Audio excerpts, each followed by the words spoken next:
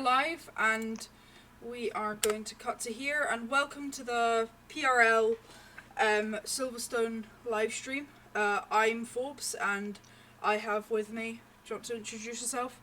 Absolutely, it's no Bonta. And to quote the great Dave Crofty, wherever you is, it's time to celebrate. Week 3, Prospect eRacing presented by Sports Illustrated, and we're heading into the fantastic Silverstone. I don't know about you, Forrest, but I'm already excited because of the history on this track here today. Well, I'm mainly excited because it is my home race, although I am not racing, so that doesn't really matter.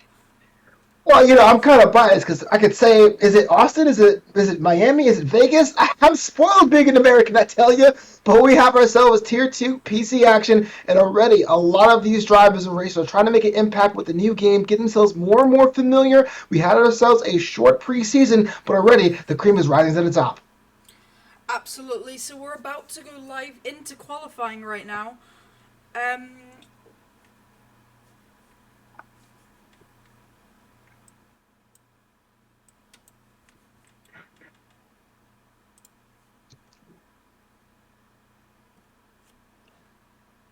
Qualifying is going to be a short 18-minute qualification period going into a 25% race. That's 26 laps here today. And we were talking about this before you went live there, Forbes. There's just some drivers out there that have a very good qualifying, doesn't seem to have that translate to the race itself. So it'd be kind of cool to see who will be the ones to really dig deep to have that consistency both in qualification and in the race here today.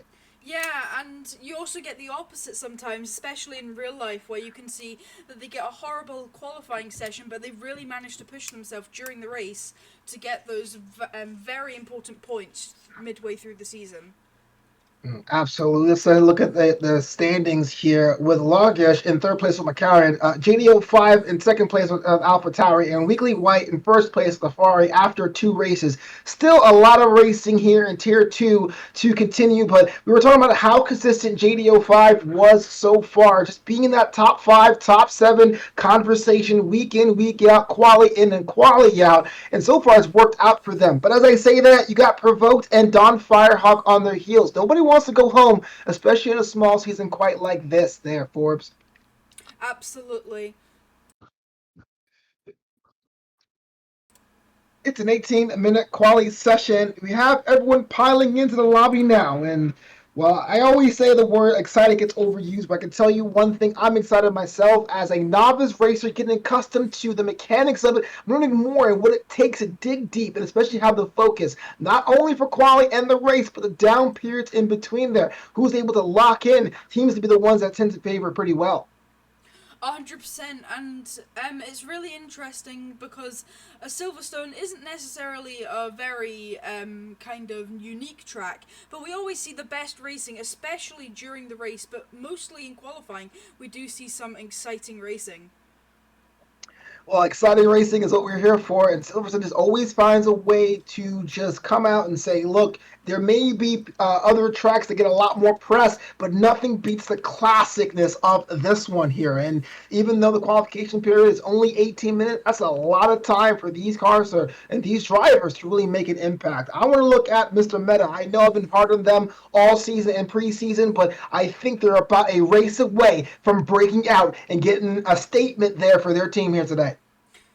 Absolutely. So here we are in the rainy Silverstone, just at the south of England, near London, quite actually, where, of course, in classic British weather, it is raining.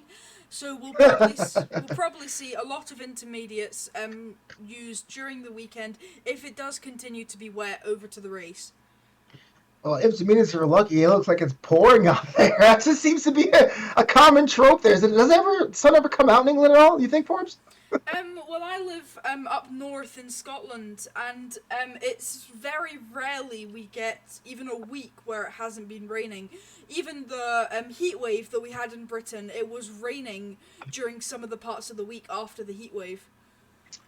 Well, just a little bit of a correction on my part. I just said they're saying the praises of Mr. Minna. They're not even going to be in the qualification standpoints. But look at Brad White. Brad White currently having the out lap. There is someone that's always tends to be the pole position, provisional pole, the first half of quali. But something always comes in the back half that sends them down that racing grid. I wonder if consistency, and as I say that, already at DSQ. Well, there you go. There, Bob's Caster Curse. I'm not really sure. We were just talking about him, so I think it is a commentator's curse as usual.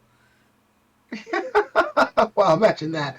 But you nailed it. We got intermittent tires, and I don't think anyone's on the wets quite yet, from what I can tell. But we're getting ourselves already ready to go. 18 minutes is not a lot of time, so I would not, especially with conditions like this, they may even worsen if you're staying out there too long. Get in, get your fast lap, and sit down. 100%. So everyone here is actually on the wet. So I didn't get my predictions correct, but you did. So it's absolutely chucking it down in Silverstone. But it was like this in 2022, and we actually saw one of the Williams, Nicholas Latifi, for the first time ever in the 2022 season, get into Q3. So I wonder if we'll see some of the bottom tier performers in this season into Q3 if they just manage to get that edge on the better drivers in the dry, but potentially not in the wet. Well, you don't put bottom tier drivers and GOAT TV in the same sentence, okay? I'm just being honest with you. But let me ask you this as a question. When you're in qualification, you're on the wet, especially now in the new game, F122, how do you try to adapt your drive? For me, I got a brand new wheel for the 2022 game, so I just had to completely adapt my driving style to adjust to the new wheel feel and everything, because it was a massive upgrade. So I can't really comment on that, but what about you? Well, I got to be honest with you. I actually did not play 21. So going from 20 to 22 was a shock and a half. And I've been slip sliding away even on when it's dry. But that's because I'm a novice. That's why I'm in the booth and not on the track here today. But I know it does feel a little bit heavier, especially on those turns. And so when you add the element of weather, you have to be extra careful on your P's and Q's, no pun intended. 100%. So, right, let's have a look at the car racing so far. So, I'm so sorry. We have a Williams up in pole, but no time set currently. Although we are only a couple minutes into qualifying. Yeah, no time set here, and it tends to be one of the Williams cars tends to be the ones that set the first pace, and then everyone kind of just turns on the afterburners there. It's currently now in that P6 with St. Jules has been very good in qualifying in the preseason. I wanted that translate here today, but I don't want to sell the Steiner ship short because they're always in that top conversation as well. Absolutely. And especially in the F122 game, you never see the conventional layout that you usually see in the normal season. You always see some of the maybe the midfield teams up in the top most of the time. Yeah, that makes it great because this, for those of you who are new to this, we do have the stats equalized. It really comes down to skill, and so you're right. It does seem kind of like against conventional wisdom, but very cool that we're seeing some of these traditional IRL midfield teams, the back half showing out week in and week out. Especially you look at our top grid here, the Alpha Tauri is second overall, P2 overall in the championship. So is that to your point? And as we say that, as I flap my gums, we have our first set lap there, second from inertia in currently provisional pole. Yeah, and we've just had our third from COG King with a 1:43.488. We've only seen three of them so far, but we usually see that during the wet at Silverstone. So, but we've got some more times just falling onto the grid right now. We've got the Steiner ship in sixth with Julex following, and then we've got M Slayer. I'm gonna get these pronunciations very wrong. I'm sorry. COJ King in third place with Jonas in second, and of course we have the McLaren up in first place.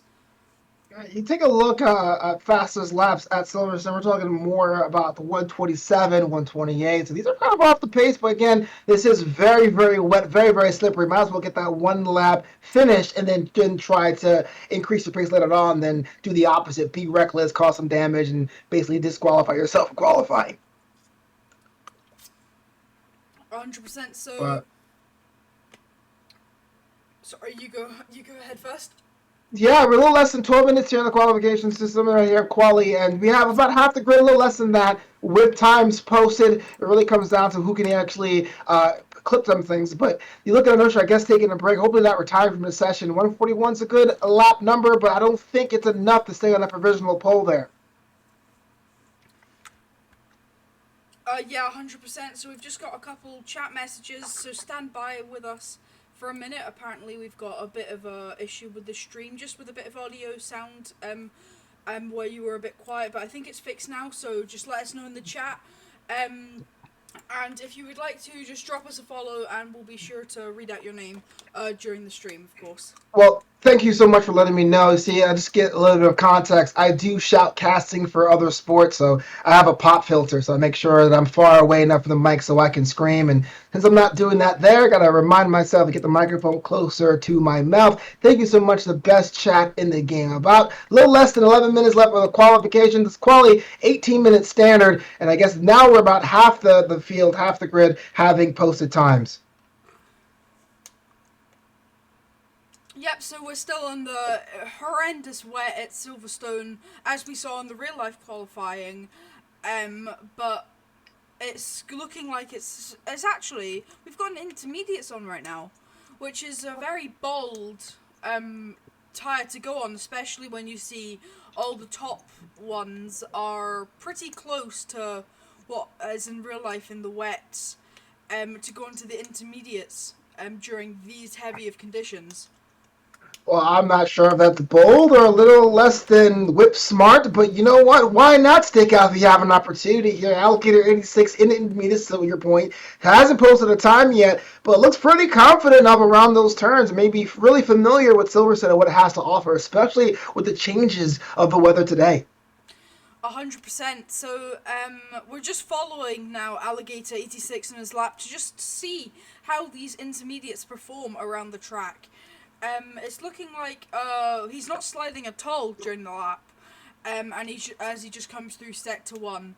But it's looking like he's finding grip where others can't in these tyres, which is very impressive from him. It's a very beautiful thing to watch being at one with the vehicle so early in this week session there. But you're right, it does seem it gets a control almost like it's bone dry out there on the intermediates. I thought they would have fared a lot worse, but I am being made to eat crow right now. Me too, actually. It's just as soon as you go on the stream, you have that. But yeah, we're just about half of the grid setting times. We are just about halfway through the qualifying session. We've currently got the McLaren of Interior up in pole position with I'm not Joa. I will just call him Joa for now. In second place with Jonas completing the podium positions for qualifying. I'm gonna try. Is it Jao Moda Prego? Let me know in the chat if I got that right or if I totally butchered it. That's gonna be a challenge for me today. But yeah, Interia still sit on provisional pole, 141, a little less than 2/10. And I thought for sure that it had been a bit more of a challenge for Interior to stay at P1, but so far still on top of the mountain and still looking for a faster lap. 100%. So Alligator has finished his lap on the intermediates and it's put him 7th. So obviously the wets are still currently the best tyre, where you can just find a bit more grip, which produces a bit more speed for you.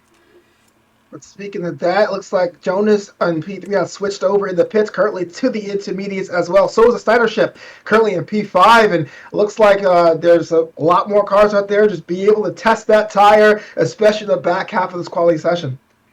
100%. I think everyone's just trying to get a bit faster and faster because, of course, Interior is 1 second in front of everyone else. So I think they're just looking for everything that they can to try get the best lap possible.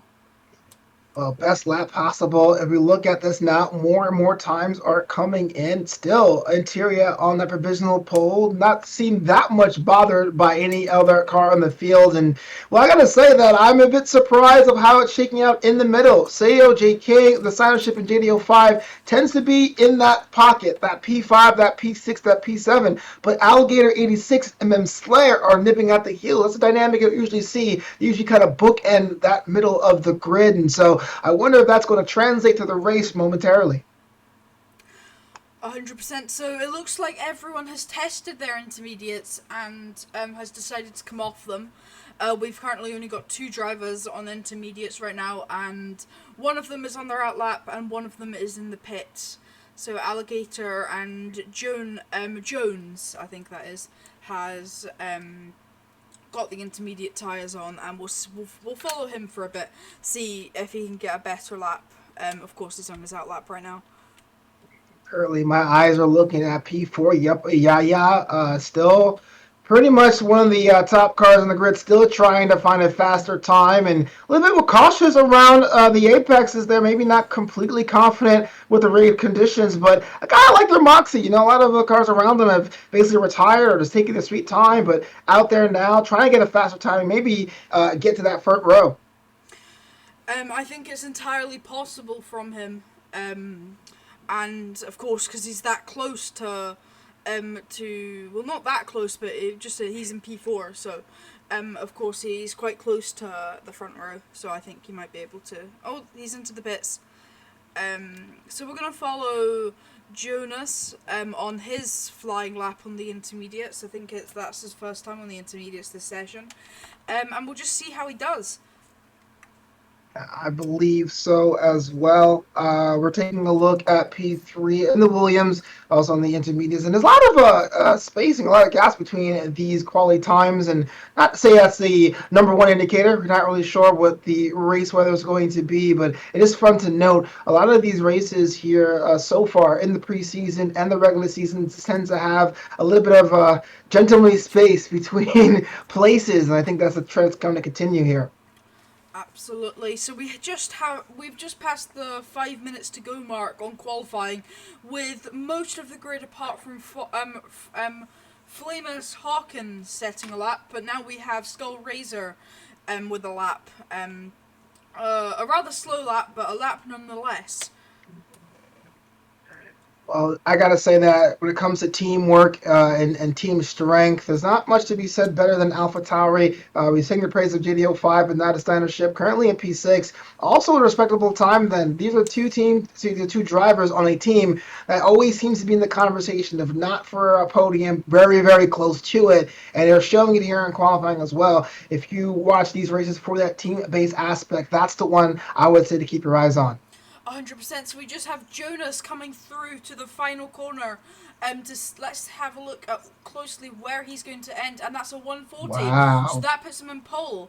So obviously the intermediates are doing him very well. So I would imagine we're going to see a lot more drivers for one of their final laps on the intermediates. Of course, we have Interior trying to beat that time in the pits, but on the intermediates, as well as COJ King, who's on his L lap currently on the intermediates.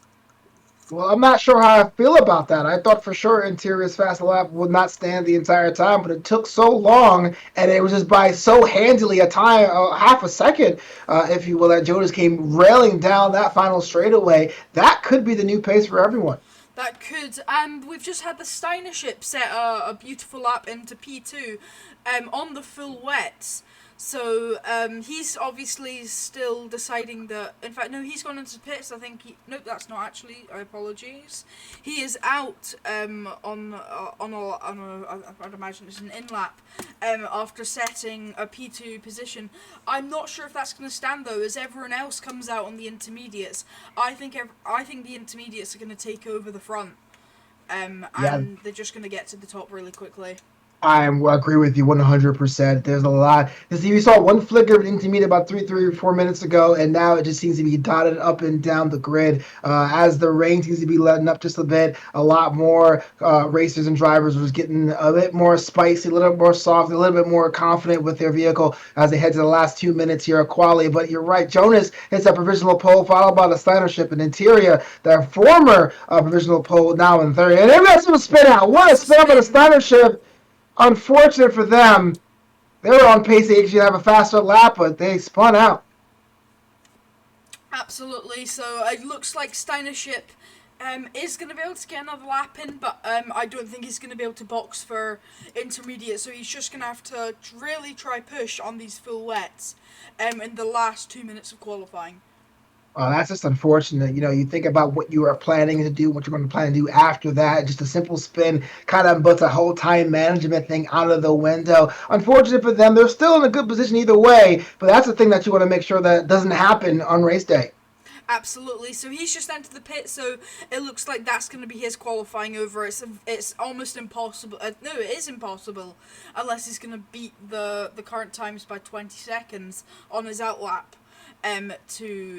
to try and get another lap in. So that's Steinership's laps finished. We're currently following third place, Interior, who's looking to set one final lap before the end of qualifying into the Silverstone British Grand Prix. Either way, it was a respectable run for the Steinership. It's sad the way it kind of concluded there, but yes, Interior has one shot if you want to be dramatic, and I know I am, to get themselves back on provisional pole as they had their outlap there. But yeah, Jonas still at a provisional pole, 140 and a little bit over a half a second with a brilliant drive. Absolutely. That was he's actually got some good grip on those intermediates. It looked like a spin, but that was just my perspective. Not a spin, sorry, a loss of the grip on the rears. As he comes down through sector 1, he's just got a lot of speed coming into the corner, hits the apex quite well. And we'll see how he does. New fastest lap sneaking in there, COJ King, 139 and a bit more of a 710. That right there was faster by a considerable margin and your provisional pole leader. 100%. So it's going to be Interior, who's probably the most likely to compete for the precious first place position on pole for the British Grand Prix. But there is a chance that other drivers can just sneak themselves up there, because it looks like only half the grid have finished with their qualifying. So of course Jonas, who held pole position for a bit, he's finished with a 140.5, but COJ King has beat that by about 8 tenths. And it looks like there may be just a small chance that anyone can beat that. It's very unlikely, but I think Interior is the man to do it if he's going to. And that is the fastest lap. Wow. That I thought for sure you were just being nice. I thought you were just trying to be kind, but yes, Interior at the last possible moment is now back on pole. Taking back his crown. It's the end of qualifying, and it's very unlikely. Can COJ King? I've just realised he's still out on a lap. Can he take that back? No, Well, he's it entered looks the like pits. he's into the pits. I guess that's going to be it. A little bit of a battle here, a preview of what's going to happen in the race. Interior, I thought for sure it's going to be that second row for the actual race. Comes out of nowhere to get back on provisional pole, but as we hit the last 90 seconds of this extra time, it just looks like that provisional pole may be official, barring something miraculous. 100%. So Alligator comes through, and goes up to sixth. Stays in sixth place, I believe. So we've only got Julex 7 out on the wet, quite worn down tyres on the 2 laps, and I don't think this lap is going to be a... Yep, that's it. So there we are. The McLaren of Interior is back in pole position and takes the crown for qualifying, followed by COJ King in the Ferrari with the Williams of Jonas finishing the third place and the podiums of qualifying. Yeah, just to run out the top 10. You got the center ship in fourth of the Alpha Tauri. Williams is racing João Monteprego and P6 Alligator 86. The bold one, if you say, in the Mercedes. Just making sure that tire choice was easier. Followed by Yapa Yaya, Julex, and MM Slater, the Red Bull, Alfa Romeo, and the Alpine. And rounding out the top 10, Skull Razor in the other McLaren, having your teammate on pole. It looks like they're bookending the top of the grid. 100%. So it looks like the intermediates were at the end the fastest tyre for the job, as our top three consisted of the intermediates. But it's going to be interesting to see, is it going to be a wet race? I'm sure everyone else is not hoping that. Yeah, wet races in England definitely seem like it's par for the course. Every time I see videos from Silverstone, it's always a great day. But as we get this track loaded, and weather will be an issue either way because you qualified on one set of tires. Looks like it's going to be a bright day here in Silverstone, It so is and that would be an dry. issue. I don't think it's going to be. I mean, we may see a bit of a drizzle, but classic. I'm not really sure if it's coded into the game, but in British weather, we can have 15 minutes of complete dryness, and it can be full wet conditions in a couple minutes. And I've seen that multiple times in the past month, where we've had a beautiful day and it's just gone to complete pot. Um, One of them we've got the for me. What is this? Is this the race? Oh, no, it's not sure what that was. Is that? No, it's lights out and away we go. Wow, I thought okay, sure, lights out. That was a surprise for all of us here in the booth. I thought we should laugh and so much for fanfare. It's race time here in Silverstone.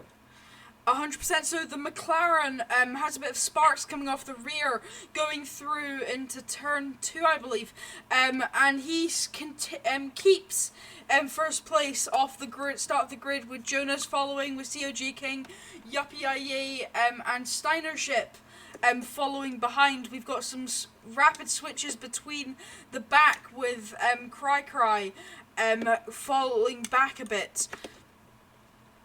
Well, one of the things that has been maybe a dubious distinction here, especially in Tier 2, will be the advent or how much of trouble our racers get with penalties. So many races have been decided by the penalties that are racked up, especially after 26 laps, 25% of racing. Hate to bring it up there, but so many races have been decided. That may be the issue, but that says Interior already making good use of being on that late pole, having some distance between them and Jonas in P2. Absolutely. So it looks like we have a selection of tyres here.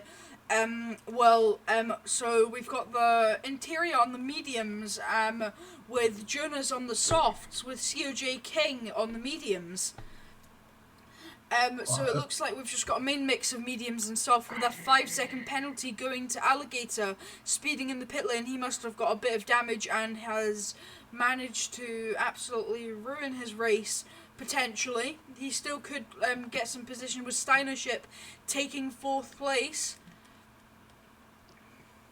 Yeah, it was just already an unfortunate start for Alligator. He's probably got a little bit shook by the quick start, as we did here in the comms booth, and had some damage. Tried to pit. It was just too fast in the pit lanes. 5 seconds. It's not a death sentence, but like I said before, so many vehicles have just been robbed of their positions based on those penalties. But that said, we have ourselves a little bit of a fight for top 1 and 2. Interior and Jonas, the closest car to car, with a little less than a second between them, fighting for the top of the top. Absolutely. So we have JDO5 in 6th place. He's gaining on the Red Bull of Yapiaye. We're gonna follow him for a minute to see if he can get an overtake on the Red Bull. It looks it's close. They're coming through the chicane. And that's very close between the two Red Bull power units. As the AlphaTauri goes into the outside but doesn't manage to make it work, but he continues on the outside line, and that's a spin! Oh, no. That Oh, my is goodness. that is JDO5 out of this race, with the Red Bull getting a bit of damage there. That was massively unfortunate for him. We've got a DRS enabled from race control, But surely that Red Bull is going to have to come into the pits. Well, it looked like a bit of a hard charge racing incident if ever was one. JD05 was someone I sing the praises about how consistent they have been so far, hitting that wall. That was an instant DNF in the second lap of Silverstone. Unfortunate. Very unfortunate. Japiaye, I'm not really sure what happened there, so I can't really pin the blame on anyone. Like, it looked like a racing incident, because we had some pretty good racing up to that point. But it's a really unfortunate for JDO5 because that is just his race ruined and over now. There's nothing Yeah, he can do. you spent so much time practicing, getting yourself familiar with the course. You do very good in qualifying. Just to have it end as so early in this race, I don't think I want to speak for anyone, but I would be upset. I would be beside myself.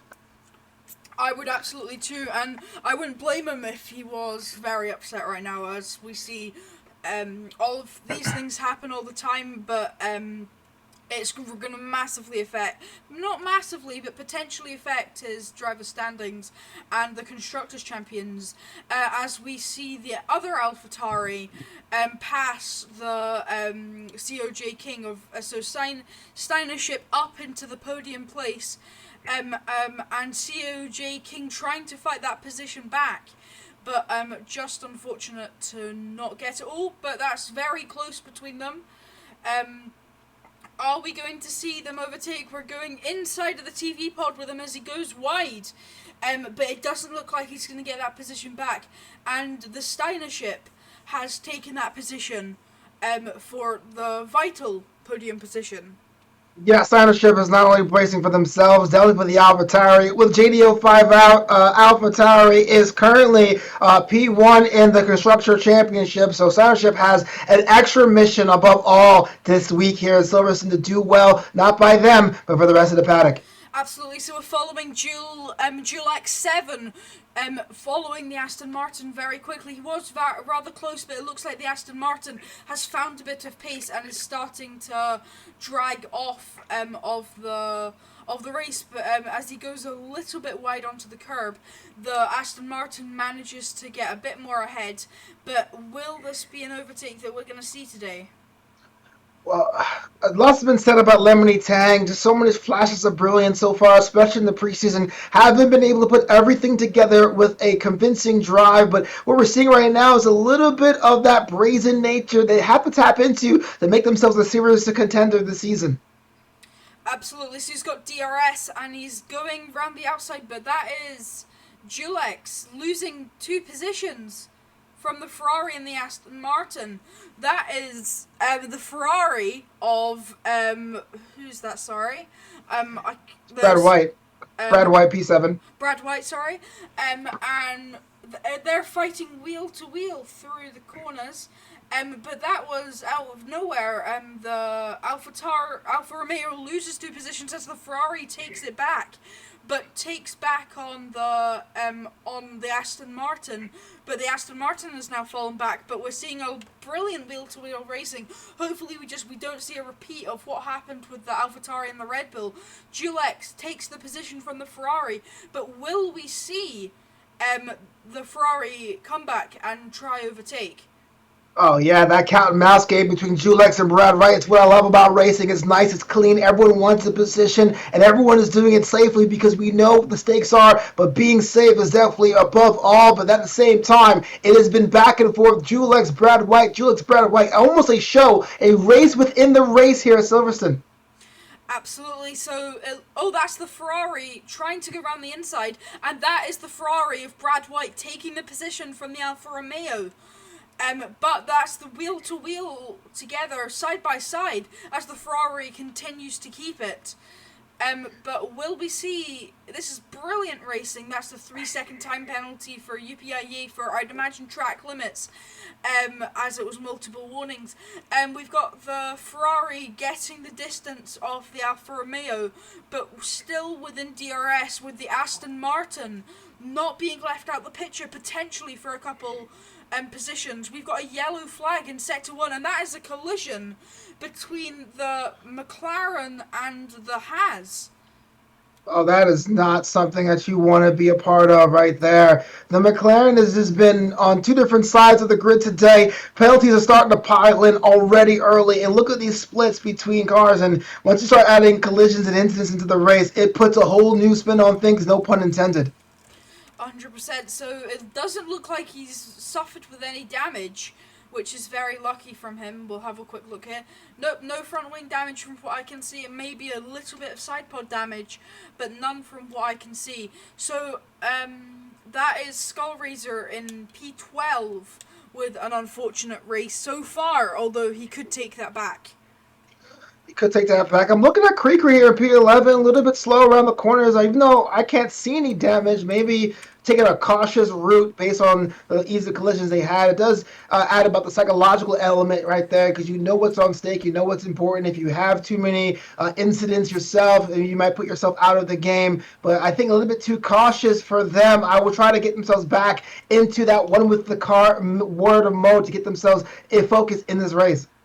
100%. So Alligator is following the McLaren, trying to get a few more, trying to get into the points correction rather closely, although hopefully we don't see another collision between them. As we've already, the McLaren's already suffered enough bad luck during this race today.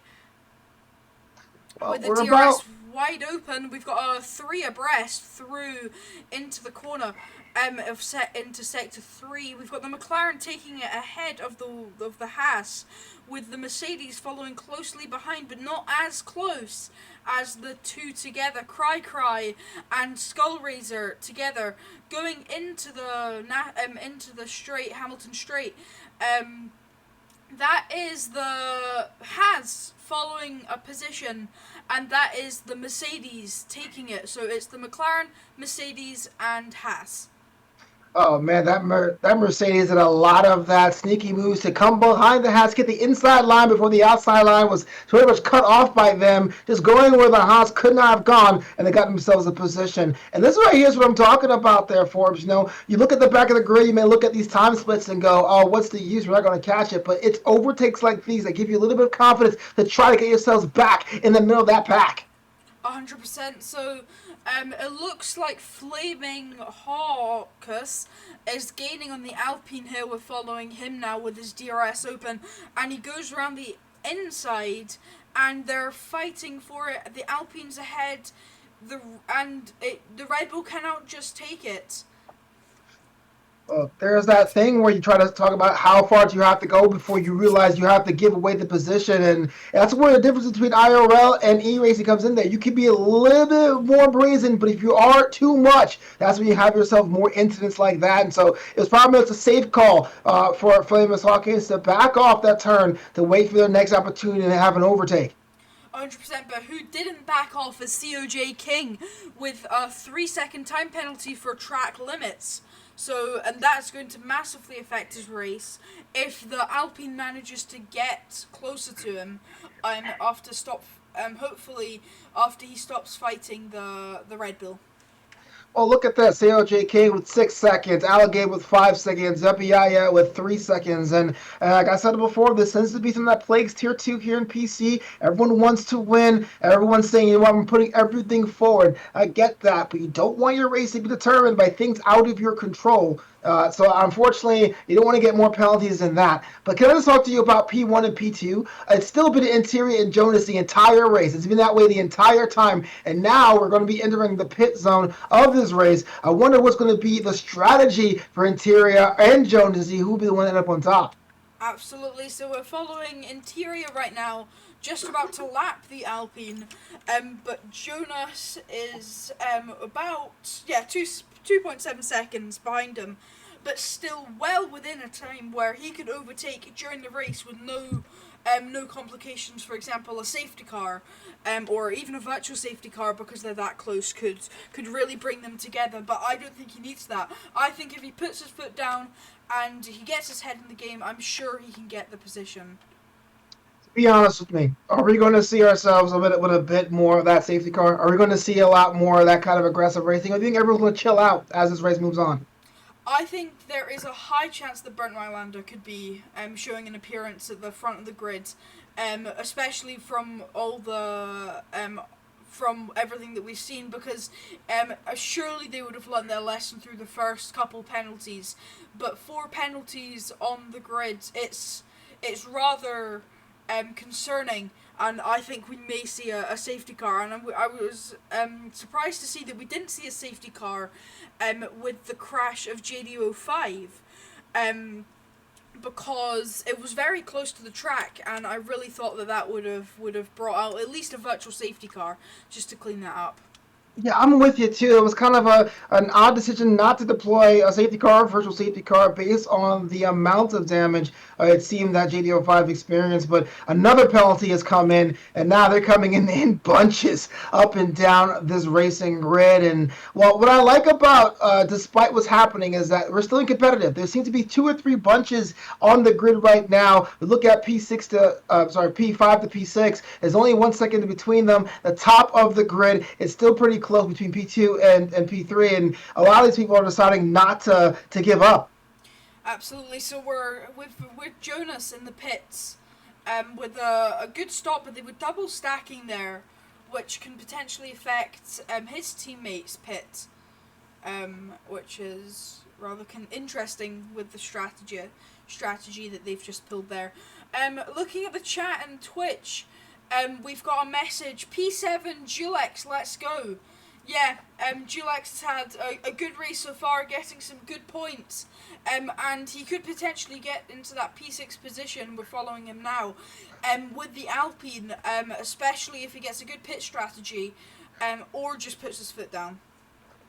Yeah, Julex, a fan favorite here at Prospects eRacing, presented by Sports Illustrated, has done so much already in his young season, but the top of the grid has evaded them. And let's see if that fortune changes today. But a brilliant drive so far. Absolutely. So, it looks like there's been a couple pits. We'll have a look at the how many people have stopped. So we've had 2 stops from P14 with Joe Mate, Joe Moto Prego, in with 2 stops, and Jonas decided that he's going to go for the early pit stop strategy. We're going to have a quick look at the tyres here. Most people are on the mediums, but Flamus Hawkus has gone for the hards, of course, as we mentioned earlier, and that's Brad White taking a position from the Alfa Romeo. Let's have a quick look here as Julex goes into the pits. Brad White gets P7, which it wouldn't have mattered really, because Julex was of course entering the pits, but it really just shows that he's got some speed to get some overtakes. Kind of earlier, I would say maybe it's we're going a lot of people are going for the 2-stop strategy on the mediums or the 1-stop with the hards. And as we look at our ages right there, from the top 1, 2, 3, 4, 5 positions on the oldest tires possible, makes you wonder if there's going to be a race that comes down to simply strategy. Absolutely. So I'm going to take a quick break. I'm terribly sorry, but I will leave you with yeah, sorry. Okay, we're back here at Silverstone. This is week 3, Tier 2 PC, a Prospects eRacing, presented by Sports Illustrated. Forbes is taking a break. I'm Novanta here in the booth. It's a dry day at Silverstone, even though quali was just downpouring, and we had a lot of people qualify their times with the wets and intermediates, but now it's a game of medium, hards, and if you're a case of Yepabaya in P8, on the softs. Interior, the pole position leader, currently number 1 on 11 laps on those mediums. Wonder what their strategy is going to be. And still following the signership, if you're just joining us, the signership with the AlphaTauri has a task and a half, not only for their own personal points, but for the team as well, the Constructors Championship, with their teammate JDO5 being on the receiving end of a spin out in lap 2. So a lot of pressures on them personally and for the team. But COJ CJ King, one of the bright spots in quali, had a little bit of laps on pole themselves, hanging in there in P3. And on the other side of that stuff, and look at the bottom half of that grid, João Moura Prego on fresh hard, just coming out of the pits with a little bit of a mountain to climb, maybe a lot of it of a mountain to climb. And Julex 7 had some bit of unluckiness being able to do the early pit stop strategy. Hopefully it works out for them. Has also switched to hards too, so maybe they'll get some ground up if they're going for a cut strategy. And on 12th place, Yavi Yaya doesn't have a penalty, but is surrounded by vehicles that do, coming out the pits right now. And interior still on pole. It's lap 12 out of 26 laps, so just about the halfway point here in Silverstone. Absolutely, I'm back. We've got a lot of drivers pitting here, especially the ones on the mediums. Although we may see some of the hards coming in soon enough. We'll have a quick look at who's stopped. One stop from Jonas on the hard, so he's obviously gone for, I think he was on the mediums, so he's going to go for potentially one stop as Interior goes onto the hards, probably for his final pit stop of the race, well, at least planned, I would imagine, from him. Yeah, you don't really see too many two-stop strategies at 25% races, even though Joe Baldaprego has two. So I think it's a perfect time for Interior to get those hards on to give themselves an opportunity to finish strong. 100%. So we actually see the Steiner ship. After everything he's been through, starting around P6, I believe, getting into first position. Although I'm not sure how long that's going to hold, as he is 10 seconds away from COJ King, but he has to box, and so does the Steiner ship, but COJ King has a penalty, so it'll be interesting to see who comes out first, because of course we've got Interior, who's been winning the race for well, at least in first place for the most of the race so far. But will he be able to regain the positions that he's lost during the pit stop? But it's going to be quite interesting because I believe, has Flaming Hawkers pit yet? I don't believe so. No, has not. They have not pitted yet so far in this race. But that you actually raise a good point. Cybership has enough pace and has proven they can be fast enough, but I don't think you'd be able to get that far ahead without eating some positions with your stop. But you look at how old these tires are: P1, P2, P3, 12 laps, haven't done a stop yet, and so you got to make a decision. And it really comes down to how much faith you have to get back to the top once you take that pit stop. Absolutely. So we've just seen the Steiner ship stop for his pit stop down into P4, with Interior getting back into the podium area. Well, that's a perfect time, I think so. About 14 laps, already laps, 26 laps overall. It's a halfway part. If you're doing a one-stop strategy, that's the way to do it. You got to make sure that you don't go too hard, though, for wear and tear, to make sure you finish the last lap and a half strong. But Flamus Hawkins, 13 laps old on the hards, is now at pole. Hopefully they can hold off COJ King from their perspective. But COJ King, as I mentioned before, has had so many opportunities to really show out there and really exert themselves in that Ferrari. This might be an opportunity for them, a coming out party early in the season. Absolutely. We just saw a 3-second time penalty from Cry and another 3-second time penalty for another driver. So obviously they have not learned their limits, and they continues to get these penalties, as we've got almost half the grid now, with some penalties on their on the side of their name tag. It's going to be quite interesting, though, with this aggression. Are we going to see any form of safety car? What do you think? Well, whenever a PC Tier 2 has a race, there's safety cars on deck. The stewards are always busy because penalties and yellow flags are always part of the equation. And I mentioned it before, how many races have we had already this season and last being decided by penalties? But to answer your question as directly as I can, yes, I do think we're going to have a safety car sooner rather than later, just because once we get down to the back laps of the race, there's always that human nature of trying to finish strong and pushing strong, and that's what concentration goes awry, and that's when people start spinning out in the pits. Absolutely. So we actually see we've got quite the Steiner ship and the Ferrari of Brad White are are very close together, as well as the McLaren is in the picture here fighting for 5th place. Sorry, 6th place. No, sorry, 5th place. I was correct the first time. So this could be a chance where we do see a safety car if they don't keep it neat. So Brad White there, yeah, abusing track limits for a 3-second time penalty. I would say from what I just saw, that was pretty harsh from the stewards.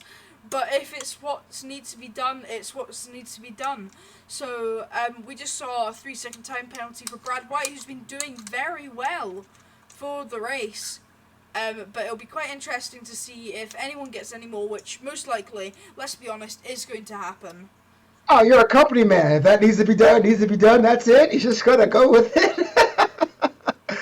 But I'm with you, Forbes. You know, you're in that moment, you're in that zone. You see what's crowding, what's encroaching, and you want to maintain your position. And that's when those track limits happen. It was kind of strict from the stewards, but at the same time, you don't want to give them that opportunity to get those penalties for you. And as we say that, Brad White pits now. Might as well get some tires on there so you get some fresh tires to have the best time as you can. So even if they deduct some time with the penalties, and they will, you put yourself in the top of the grid. Absolutely. So we just saw almost some good racing between the Ferrari and the McLaren, but of course that was ruined with him having to pit. So there goes my talking point. But we've got quite close with UPIA with Alfa Romeo in front. So we're following them for the fight for 10th. So a point they're fighting for, but that point could be vital for the Drivers' Championship. Absolutely. Let's take a look at P5 Skull Razor on the oldest laps, oldest tires of 15 laps, but still trying to find a way to close that gap between them and their teammate Interior. I'm not sure where their pit strategy is going to be, but a fantastic drive so far, starting at P10 and getting away to P5, and is holding it down currently. Absolutely. So as the race starts to kind of even out now, we've got UPIA of making that move on Julex, not covered here, sorry, apologies for that. But UPIA in the Red Bull takes that point from Julex into the points positions. And next, will he be able to gain 3.5 seconds on Brad White, who has just pit for some fresh softs? An interesting strategy from him, from I believe hards to softs. Yeah, definitely an interesting strategy. Hopefully it works out for them. And typically I would say that's not the smartest way to pit there, but if you look at these intervals, I mean, there's so much time spread out. You would be a fool to try it and trust yourself and say, you know, I'm going to pit now and still maintain my position or be close to it. So I can see why strategies are a little bit more unorthodox, I guess, to say the least, just because of how things are laying out here on the track.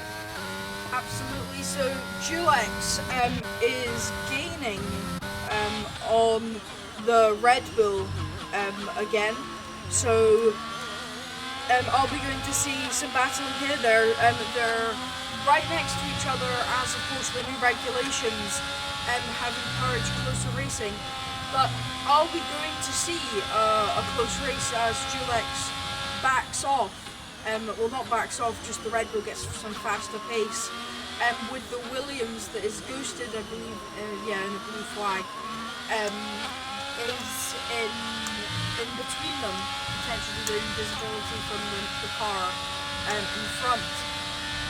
Oh yeah, it does look like it's going to be a two-wide back and forth, and it's unfortunate when you're the case of Jao Modaprego getting those blue flags. They were a little bit of a demoralizing feel, especially I've been on the receiving end of a couple blue flags myself. But yes, right now, Julex 7 had every opportunity, every ability to not push as hard as they have, but they are, and they're still in P10 now. And look at that, that was just a nice drive holding off the defense and we'll on forward. Absolutely. So we just saw the Steiner ship setting the fastest lap of the race so far. That's the Mercedes that are coming out of nowhere from Julex. From Alligator in 10th position. Well, even though Alligator is currently in P10, we're saying this in quality that they're just so okay with pushing the car and so okay with going around the corners as fast as they can. And I didn't see control is not really an issue for them. Maybe pace might be, but they seem very one with their vehicle. I'm not sure if it's the settings thing. I'm not sure if it's the eye of the tiger, Mamba mentality, but it was a very, very dedicated decision to do that, and it's working out for them. Absolutely. So we're going to continue following Julex as this is looking like a very good race to watch here, where they're fighting for a vital point that can really help them. And from the difference between 1 point and no points is just massive, just not even just in the constructors or the drivers champion, just in the moral feeling that you've scored a point for your team.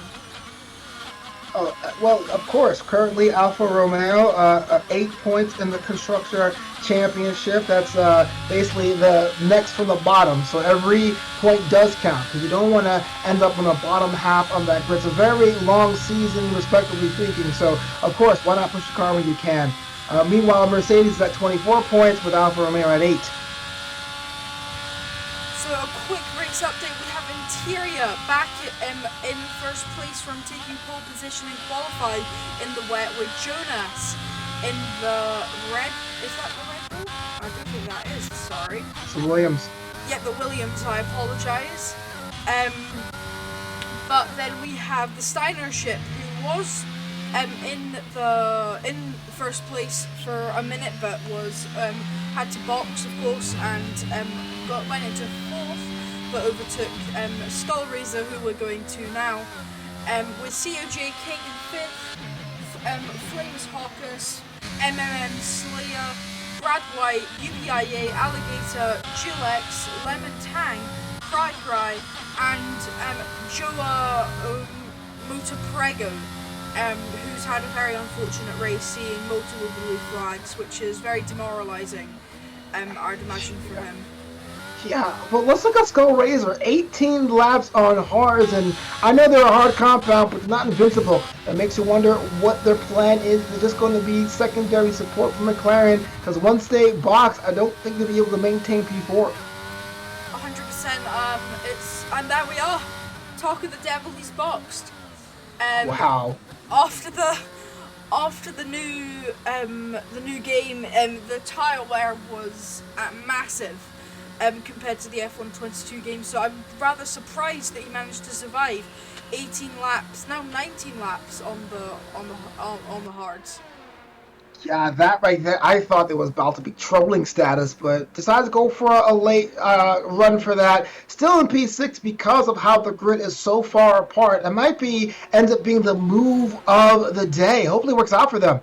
Potentially there was just another 3-second time penalty. I didn't catch who it was for there, but it's looking like these penalties are continuing to just pile on at the Formula One Lenovo British Grand Prix.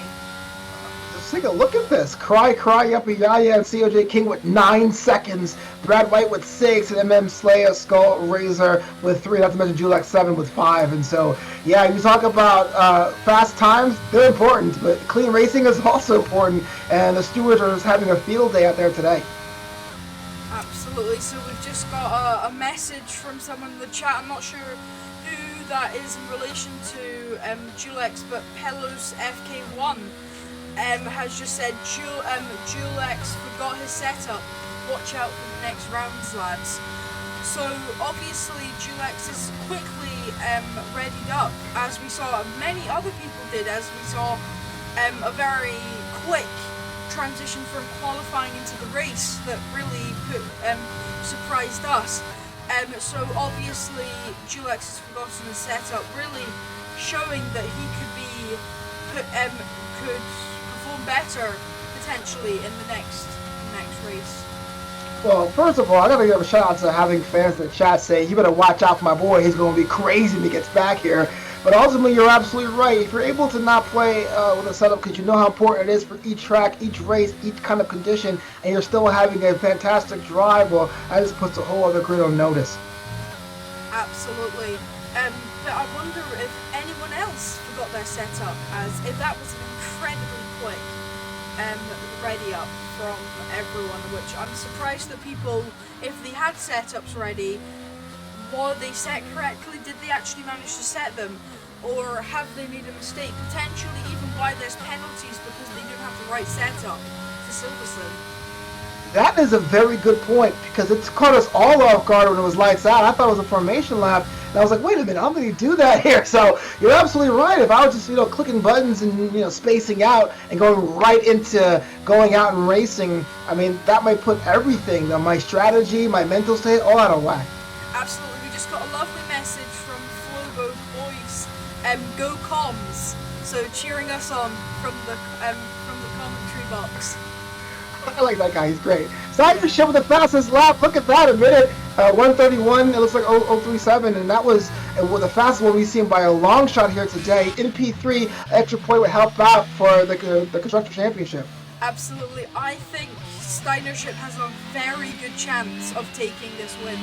If he continues to not get any penalties but keeps his brilliant pace up, I think there's a good chance that he could win this race.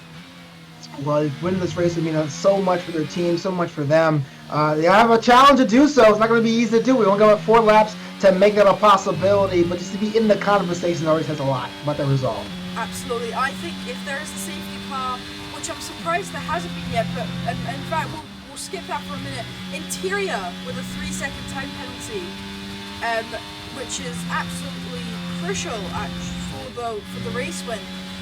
Jonas now is only 3.6 seconds away from him, in taking into account the 3-second time penalty that he's just got. So I think it's going to be a Lando Norris situation for his first podium in Austria, where he was vitally waiting for the timeline to hear, has he beat Lewis Hamilton for his first podium in Formula 1? Of course, I imagine this is probably Jonas's first podium in Formula 1, but just kind of reminds me of that from that. But you do put the whole different spin on things. You think a 6-second lead, or if not more, is the commanding enough one to call that secure. But these penalties, if there's another one interior again, which is very possible in the last 3 laps, it really can shift what that podium looks like. Absolutely. It looks like the race is pretty spread out right now, so we're just going to continue following Jonas, who has probably the most likely situation of winning the race if Interior is not able to hold his 6-second lead.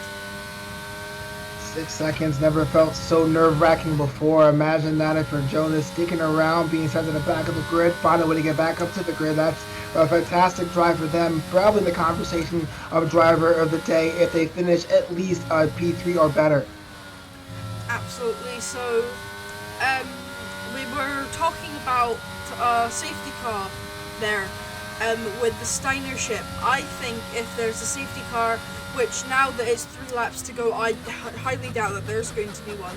But if in the small chance that there is a safety car, could we see the Steinership taking the win at the last lap, as we saw a lot of the last few lap battles in the real race? Oh, absolutely. That's the worst thing you want if you're Interior right now, that safety car.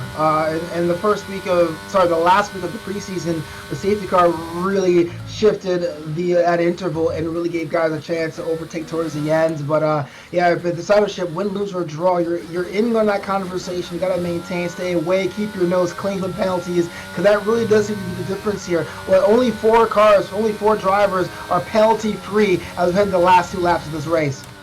100% that it's a cry. It's probably going to be crying right now, because he's just got a 3-second time penalty, as well as was that COG? Skull Razor, sorry. He just got a penalty. So who's left? Lemony Tang, Famous Hawkins, Steinership, and Jonas are the ones without penalties in this race here at Silverstone. It just says go back to how aggressive Tier 2 does. Everyone wants to move up to Tier 1. Everyone wants to be on top of the grid. Everyone wants to be a hero for their team, and I understand that. But that right there, too many races has been shifted because of those black and white flags. Absolutely. rather surprised that more people haven't spread out because it's now. Could you have a quick look at the penalty sheet for me? It's just on the most amount of penalties. I'm just quite interested to hear. Cry has 15 seconds. COJK has 9 seconds. Yuppie Yaya 9 seconds. Julek 7, 5 seconds. Brad White 6 seconds. Skull Razor 6 seconds. And 3 seconds for Interior and Alligator. So a lot of things going out there. A lot of things. So we're with Jonas. He's now got an 8-second gap between Interior.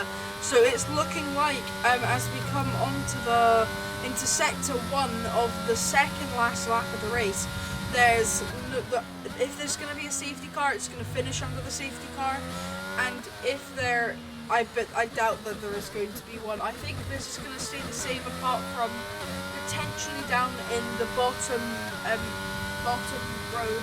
Though we've seen some great racing, not just from the front row, but from even in 10th, where it's just been really great racing overall. There has been quite a lot of penalties, but not full contact, which is always what you want to see.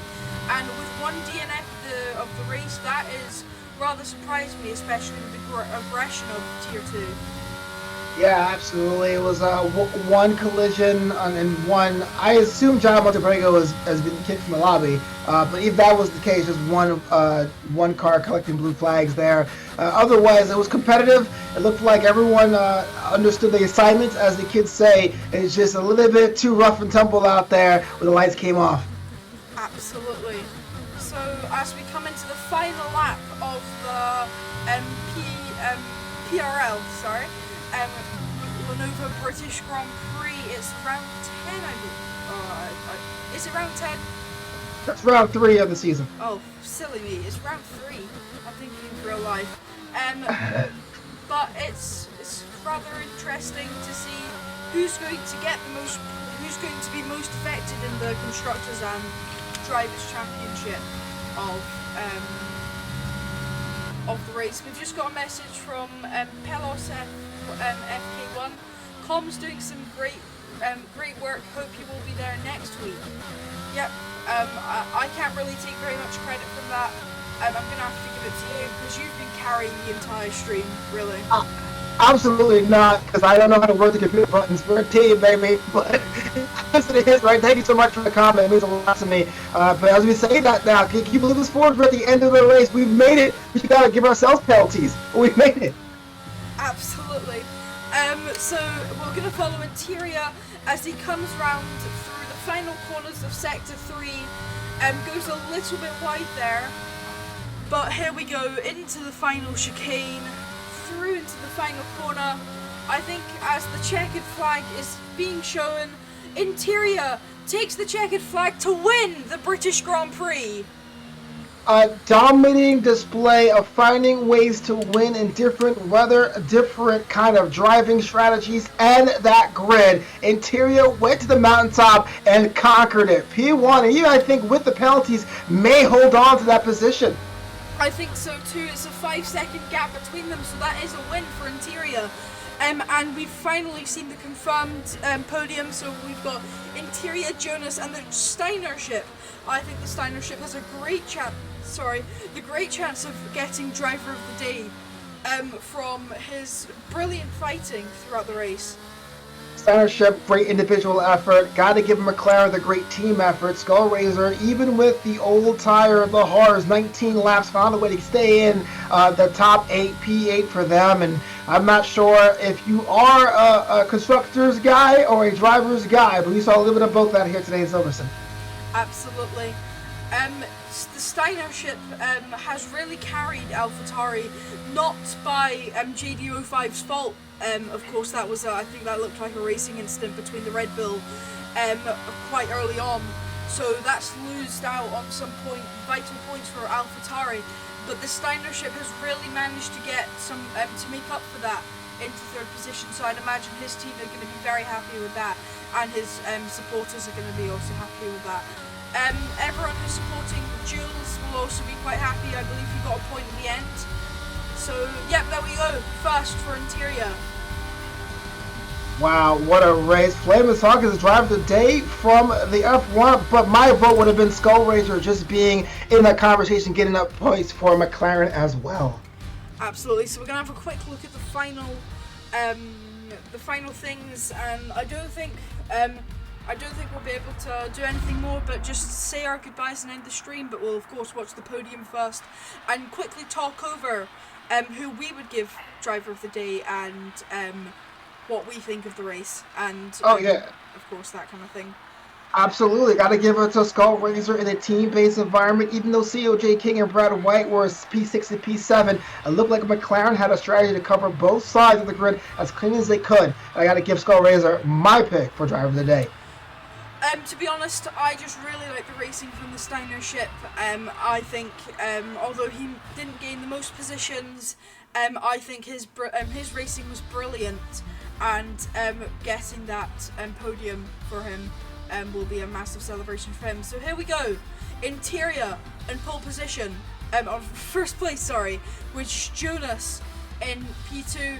The Steiner ship P3, we're going to quickly run through the rest of the grid. Flameless Hawkers, MMM Slayer, COJ King, Brad White, Skullraiser, Yippee Jill X, Alligator, Lemony Tang, Cry Cry, and Joa Montpreo.